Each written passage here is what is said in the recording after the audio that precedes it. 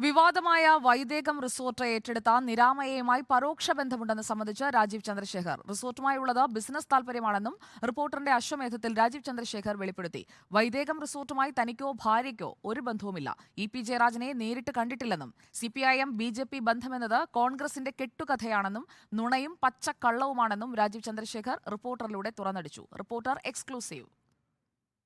തെരഞ്ഞെടുപ്പ് പ്രഖ്യാപനം വന്നതിന് പിന്നാലെ വൈദേകം റിസോർട്ട് വീണ്ടും സംസ്ഥാനത്ത് ചർച്ചാ വിഷയമായി.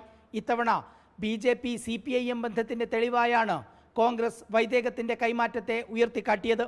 നിരാമയ ഏറ്റെടുത്തത് CPM BJP ബന്ധത്തിന്റെ തെളിവാണെന്ന് പ്രതിപക്ഷ നേതാവ് രമേശ് ചെന്നിത്തലയും തുറന്നടിച്ചു. ഇതിന് പിന്നാലെയാണ് വിശദീകരണവുമായി കേന്ദ്രമന്ത്രി കൂടിയായ തിരുവനന്തപുരത്തെ NDA സ്ഥാനാർത്ഥി രാജീവ് ചന്ദ്രശേഖർ റിപ്പോർട്ടറിന്റെ അശ്വമേധത്തിലൂടെ ആദ്യമായി രംഗത്തെത്തിയത്. വൈദേകം റിസോർട്ട് വാങ്ങി നിരാമയുടെ ഹോസ്പിറ്റൽ ഗ്രൂപ്പുമായിട്ട് താങ്കളുടെ ഭാര്യയ്ക്കോ താങ്കൾക്കോ ഒരു ബിസിനസ് ബന്ധവുമില്ല. ഇല്ല. കാൺസെപ്റ്റ് എന്ന് പറഞ്ഞാൽ ഐ ഹാവ് ബിസിനസ് ഇൻട്രസ്റ്റ്, ഞാൻ ഇൻവെസ്റ്റർ ആണ്.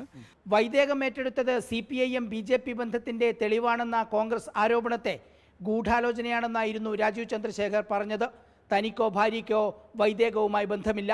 E.P. ജയരാജനെ ഇതുവരെ കണ്ടിട്ട് പോലുമില്ല.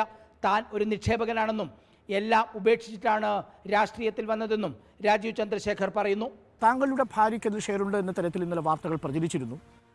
അതിൽ ആ ഷെയർ വാങ്ങിയിട്ടുണ്ട് വൈഫ്. ഉണ്ടാവോ ഉണ്ടാവില്ലയോ അത് ഒരു ഇഷ്യൂ. അത് അങ്ങനെ എന്തെങ്കിലും ഉണ്ടെങ്കിൽ അത് പബ്ലിക് ഡൊമൈനിൽ അവരിട്ട് കേസ് ഫയൽ ചെയ്യട്ടെ. അങ്ങനെ എന്തെങ്കിലും ഉണ്ടെങ്കിൽ വൈദേകം റിസോർട്ട് ഏറ്റെടുത്തിരിക്കുന്ന നിരാമയുമായി താങ്കളുടെ ഭാര്യയ്ക്ക് ബന്ധമില്ല. ഒരു ബന്ധവുമില്ല. വൈദേകം ഏറ്റെടുത്ത നിരാമയുമായി പരോക്ഷ ബന്ധമുണ്ടെന്നും അത് ബിസിനസ് താൽപര്യം മാത്രമാണെന്നും തുറന്നു പറയുന്നതിലൂടെ ഒരേ സമയം അത് കോൺഗ്രസിനുള്ള പിടിവള്ളിയും E.P.യുടെ വാദങ്ങൾ പൊളിക്കുന്നതുമായി. വരും ദിവസങ്ങളിലും വൈദേകം ഇടപാട് ചൂടേറിയ ചർച്ചയാകുമെന്ന കാര്യം ഉറപ്പായി കഴിഞ്ഞു. റിപ്പോർട്ടർ, തിരുവനന്തപുരം.